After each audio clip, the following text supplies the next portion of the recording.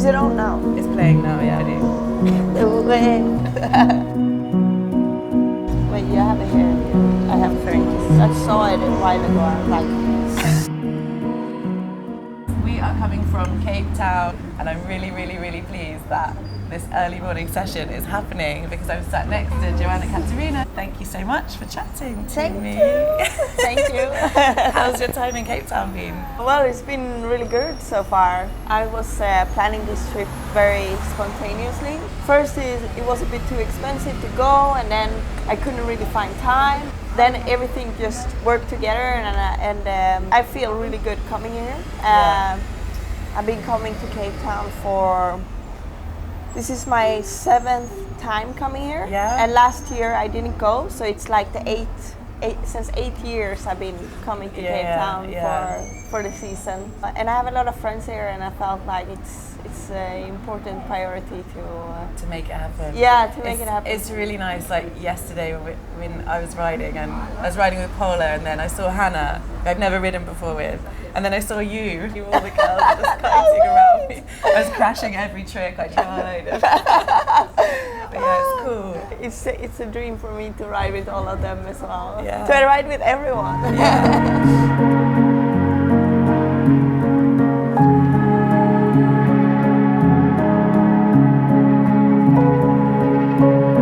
So you answer these as quick as you can.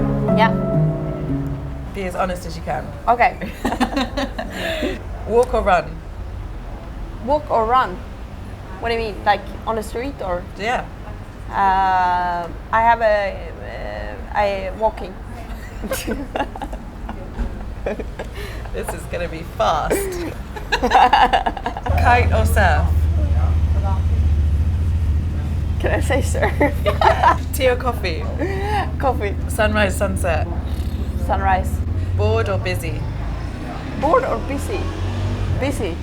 Ocean or mountains? Ocean. South Africa or Sweden? South Africa. Favorite animal?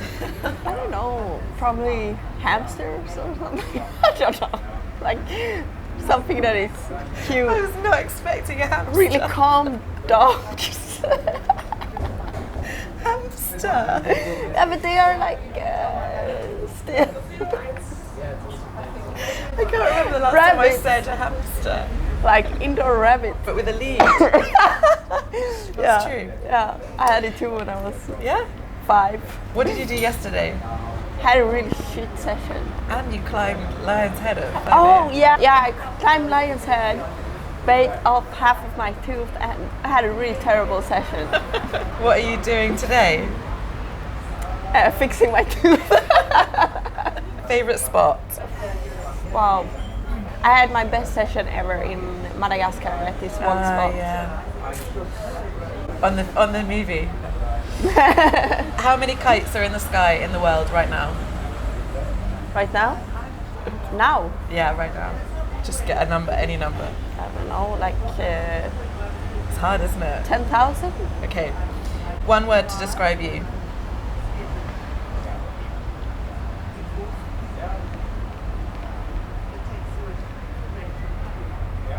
Happy? One word to describe you when you were 15. Oh my god, a mess. Favorite rider? Hectic. Hectic. Favorite rider? Wow, like that's a hard one. Yeah? I don't. I have to say my boyfriend Stefan. Okay, good. Biggest fear? Getting injured, I guess. Having an injury that stops you. Yeah, from everything. Favorite food? Oats. Favorite book? Wow. I recently was reading the Michelle Obama book, and I really liked it. Yeah, I haven't read that. Yeah. Favorite non-sport activity? Golfing. That's sport. Oh shit. Fuck, non-sport. Yeah.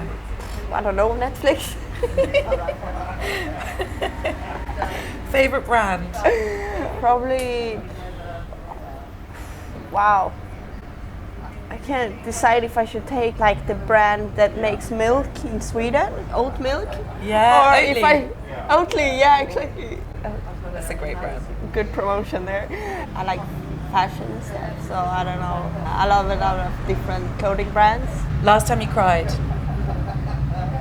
Yesterday. Yeah? Yeah. Your tooth? No. Last time you laughed? No. The age you started kiting? 18. What would you be if you weren't a pro kiteboarder? I don't know, fashion designer. Yeah, nice. Okay, there's a quick fire round over. Well done. Good job. Oh.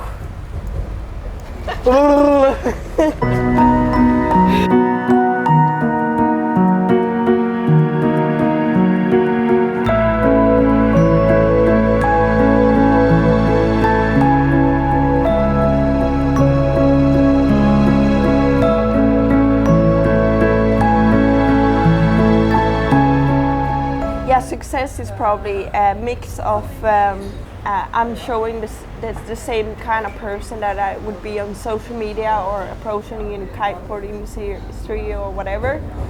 That I'm the same person, like that you would feel like comfortable to say hi to me on the beach or like can write me and ask me if we should go for a session or something. This is like truly makes me genuine happy. I want to ask you about your movie. Yes, well, it's my first video project ever, and it's so hard to explain. Like, I haven't been like present all the time in it. Like, if you never did a video project before and you're doing it with other people, you're kind of going with the flow a bit. Okay. And I'm listening a lot to the ones who have knowledge, like Yalu, who's been working obviously in the kiteboarding industry for a really long time, and Olivia, who like have a slightly more knowledge than me. So I felt like the trip I was kind of going with the flow. Yeah. Okay. Yeah. And so it was hard to imagine like how it was gonna turn out. Okay. Yeah. I had some like a few visions of like how it would look like. When we showed it on the premiere, that's when I felt like, now we succeeded. Oh my God, it was so good. With the mission.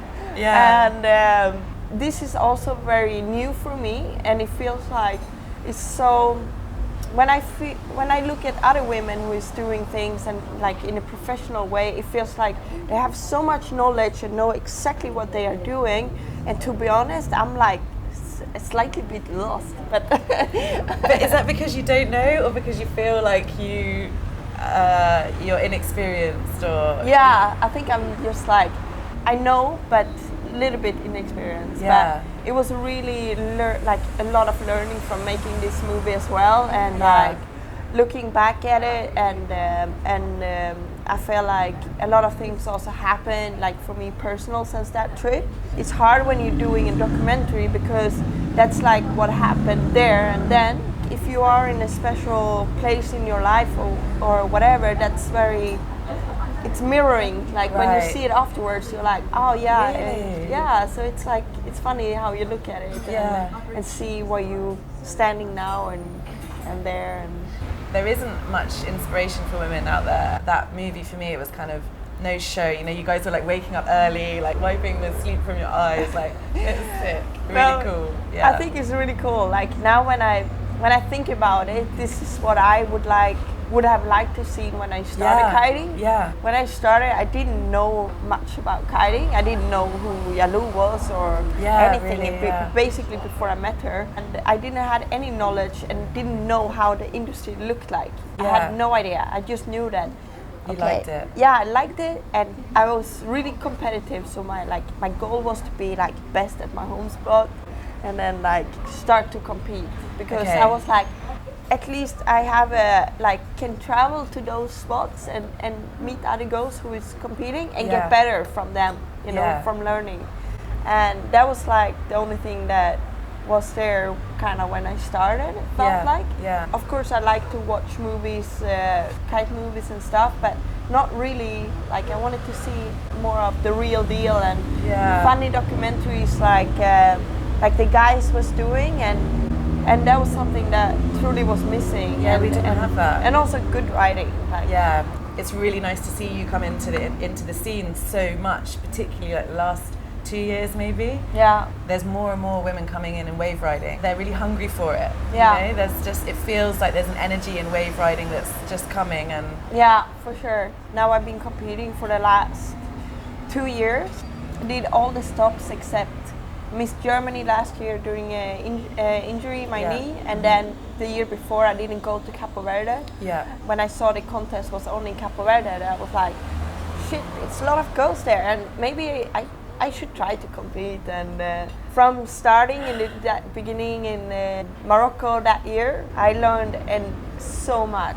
I got into it so fast, and like seeing that, oh, there is girls, but like we need to get them there, you know, like to get more girls on the tour, to show that there is people who want to compete. I think a lot of girls didn't know that they could.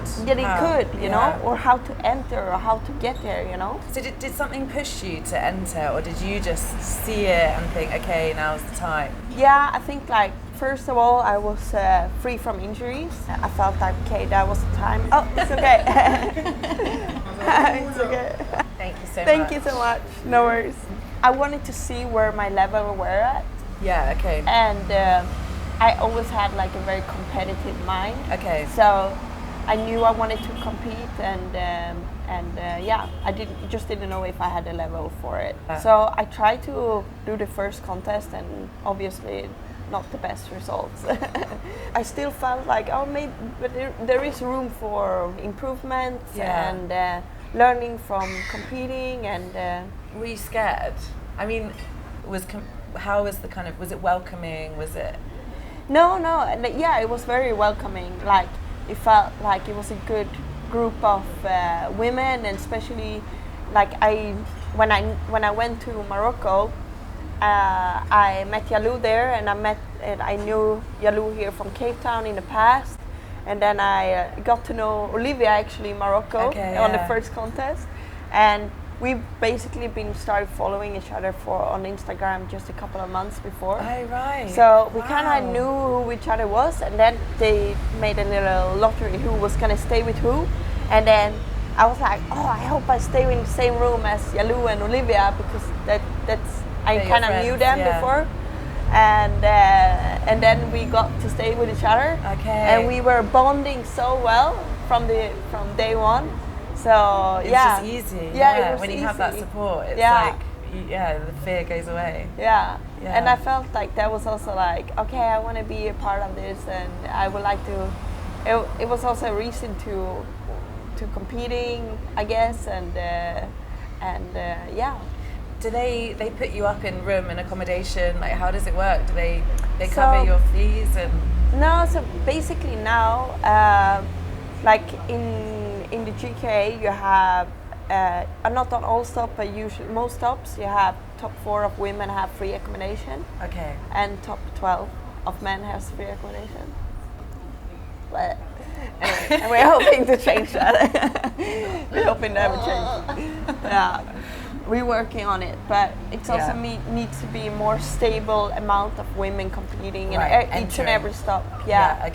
So as long as it is the big difference between having 10 or 20, it's hard to make that case. To make that case. Yeah. So it's hard. Yeah. And that's what that's kind of what She Flies really is about, is trying to get women to kind of to move up, not push them if they don't want to be pushed, but if they're staying in one level, then you can push them up and show that they're capable of being more, and then when the industry's changing, then there's people ready and waiting, So and this was also like we kind of started straight away from there to kind of promote the tour, to get more women on the tour. And now competing after 2 years, that I see that each and every stop there has been women start to basically competing full tour since then, and trying to finance it. Like, it looks so different from men to women. Like, most women is freelancing or trying to work around it, that they can be free for the contest. If you look at the men's side, they have maybe a sponsor that is paying them for going to the contest and stuff, and it looks very different for the women's. So that's still something that's very hard, and that makes the level also very hard because most people don't have afford, and then you're prioritizing if you want to go for a trip to somewhere to train, or if you want to go and compete. Yeah. And it's really hard. Yeah, it's super hard. Yeah. It's to keep your level up. Yeah. Yeah. Wow. Yeah. So if there would be more sponsors paying women to compete, that would for sure the level would increase. Would change. Yeah. So lot. which comes first? It's crazy, isn't it? Yeah. So it's all the time this is holding back, and it's kind of going in a circle. Like there is no support from the brands, and then then it makes the contest is hard to push forward, and it's like going like this. Yeah. So it's a circle between the contest and the brands. Yeah. And also of course the interest.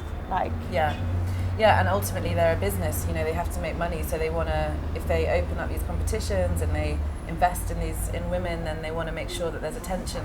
Yeah. Media attention and people watching it. And it's really important for the people who are into kiteboarding to support the competition circuit, because it means that if there's more people watching it, then they put more money into it. You know? Exactly. But I think it's going it's slowly going to the right direction.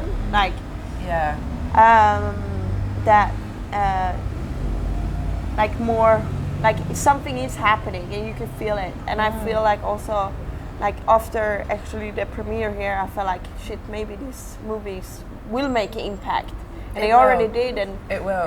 And also the feedback that we already got from many riders and brands and everything from just this first premiere that we had. It's exciting. Has definitely made a mark, and and that's super cool. It's good. I'm really pleased that's it's because the effect it has on people like me who ride, and I watch it for inspiration. Is massive, but it's really cool to hear that it has the same effect on brands and other riders. Yeah, exactly. Our goal was to showcase a bit us as individuals or as women kiting, and not brand. It's led by the brand. Yeah. Thank you. I love croissants. You really do love croissants. I know. I have a little tattoo. Into it. I know. I'm gonna have a bite of my. We're getting avocado. lost in the conversation here. It made a mark that we wanted to kind of give, sort of.